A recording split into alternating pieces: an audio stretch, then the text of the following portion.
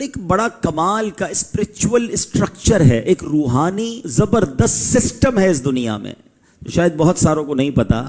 ہمارے ملک کا سسٹم ہوتا ہے کہ وزیر اعلیٰ ہوتے ہیں، صوبے کے گورنر ہوتے ہیں، پھر وزیر اعظم ہوتا ہے، پھر صدر ہوتا ہے، پھر کچھ ممالک کا آپس میں اتحاد ہوتا ہے، تو کوئی کانٹیننٹ کے بیس پر دنیا کا سسٹم جو ہے وہ چلانے کے لیے بڑے سسٹم بنائے گئے ہیں۔ اولیاء کرام کا اس پوری دنیا میں ایک روحانی اسٹرکچر ہے، یعنی اس پوری دنیا کے نظام کو چلانے کے لیے کس طرح ذمہ داریاں بانٹی گئی ہیں۔ اب سنیے، اقطاب یہ کتب کی جمع ہے، اور کتب اللہ عز و جل کے ایسے عظیم الشان ولی کو کہتے ہیں جو ایک زمانے میں اور ایک وقت میں ایک ہی ہوتا ہے، پوری دنیا میں ایک ہی کتب ہوتا ہے، اسے غوث بھی کہتے ہیں۔ اور کتب اللہ عز و جل کا نہایت ہی مقرب اور اپنے زمانے کے تمام اولیاء کا سردار ہوتا ہے۔ وہ غوث اعظم تھے، بلکہ غوث اعظم کی شان تو یہ ہے کہ علماء کہتے ہیں اگر آج بھی کسی کو ولایت ملتی ہے نا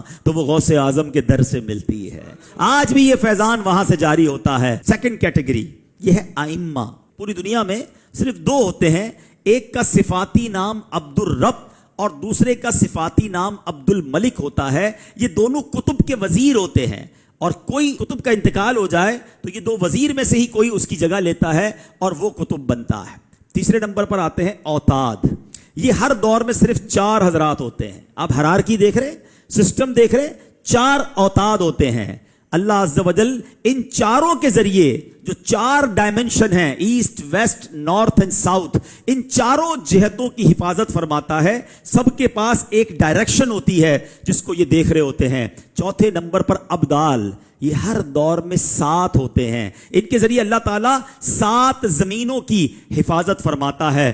5ویں نمبر پر نقبا ہوتے ہیں، یہ ہر دور میں صرف 12 ہوتے ہیں، اور ان میں سے ہر نقیب آسمان کے جو 12 برج ہوتے ہیں ان کی ایک ایک برج کی خاصیتوں کا عالم ہوتا ہے۔ 6 نمبر پر آتی ہے بات نجبا کی، یہ ہر دور میں 8 ہوتے ہیں، ان حضرات کو احوال سے ہی قبولیت علامات ظاہر ہوتی ہیں۔ 7ویں نمبر پر رجبی ہوتے ہیں، یہ ہر دور میں 40 ہوتے ہیں۔ یہ ایسے بندے ہیں جن کا حال اللہ عز و جل کی عظمت کے ساتھ قائم ہے۔ 8ویں نمبر پر سنو، ہر زمانے میں یہ 300 افراد ہوتے ہیں جن کو کہا جاتا ہے، خود نبی پاک کی حدیث ہے، یہ قلب آدم پر ہیں۔ اس فرمان عالی کا مطلب یہ ہے کہ 300 افراد ایسے ہوتے ہیں جو قلب آدم علیہ السلام پر ہوتے ہیں۔ ہر دور میں 40 ہوتے ہیں جو قلب نوح علیہ السلام پر ہوتے ہیں۔ 10ویں نمبر پر قلب ابراہیم علیہ السلام کے مطابق خود نبی پاک فرماتے ہیں کہ ان کا مقام ہر طرح کے شک و شبے سے بلند و بالا ہے، سلامتی والا مقام ہے۔ یہ ہر زمانے میں 7 افراد ہوتے ہیں۔ 11ویں نمبر پر کیٹیگری آتی ہے قلب جبرائیل علیہ السلام کے مطابق، ان کی تعداد ہر دور میں 5 ہوتی ہے۔ حدیث میں ان کا بھی ذکر آیا، اس طریقے ولایت کے یہ بادشاہ ہوتے ہیں۔ 12ویں نمبر پر قلب میکائیل علیہ السلام کے مطابق یہ ہر زمانے میں 3 ہوتے ہیں۔ قلب اسرافیل علیہ السلام کے مطابق یہ ہستی ہر دور میں ایک ہی ہوتی ہے۔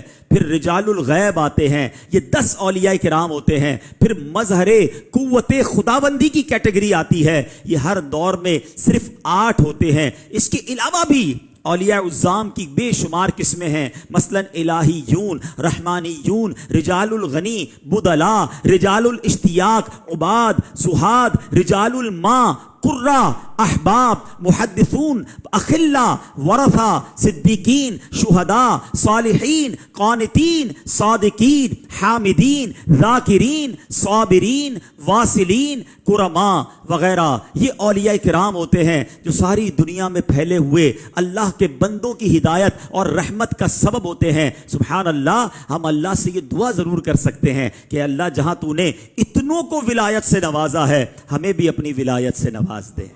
امیر اہل سنت کی ایک دعا ہے نا، تو اپنی ولایت کی خیرات دے دے میرے غوث کا واسطہ۔ آمین آمین یا رب العالمین۔ تو یہ بات سننے کے بعد سیکھنے کو پتہ ہے کیا ملا؟ یہ جتنی میں نے کیٹیگریز بیان کی نا، ان کی گاڑی پر کوئی جھنڈا نہیں لگا ہوا ہوتا، ہاں ان کی گاڑی کی نمبر پلیٹ چینج نہیں ہوتی کہ یہ ابدال کی گاڑی جا رہی ہے، کتب جا رہے ہیں، یہ جتنے لوگ ہیں نا یہ گمشدہ ہیں، اور اللہ کی بارگاہ میں ان کا یہ مرتبہ ہوتا ہے